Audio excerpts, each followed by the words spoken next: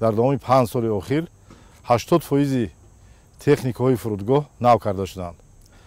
хусусан дар давоми 1.5 соли охир ба тариқи лизинг аз тамоми Европа, аз мамлакатҳои Европа ба фурудгоҳи мо техникаҳои навтарин ворид карда шуданд.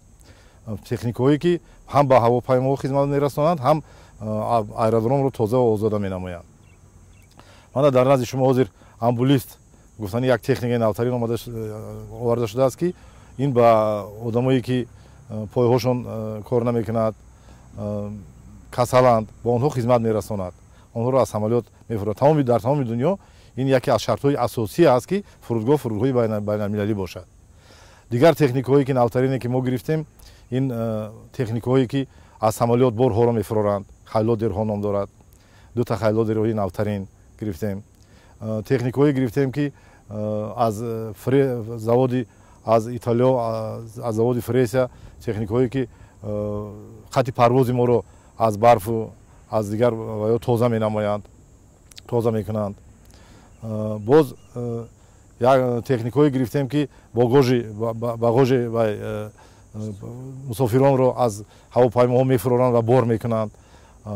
техникаҳои беҳад бисёр гирифтем. ҳозир назди самолётҳои навтарине ки ба фурудгоҳ мефуроранд, Боинг, самолётҳои Боинг Аэробус, фақат техникаҳои нав мераванд.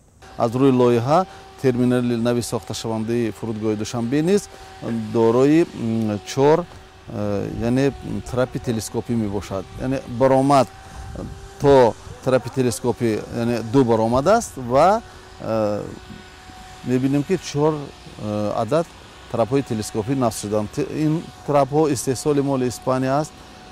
тариқи Туркия ба Душанбе интиқол дода шуд, тариқи нақлиёти автомобилӣ ва инак рӯзи сеюм аст ки мутахассисон пурра аллакай насб карданд. бартарии ҳамин трапҳои телескопӣ аз трапҳои анъанавӣ дар он аст ки аввал ин ки долонҳое ки ҷудо шудааст, ҳам вақти фуромадан аз ҳавопаймо ва ҳам вақти нишастан ба ҳавопаймо мусофир дар алоҳидагӣ ҳаракат мекунад, ба якдигар халал намерасонанд.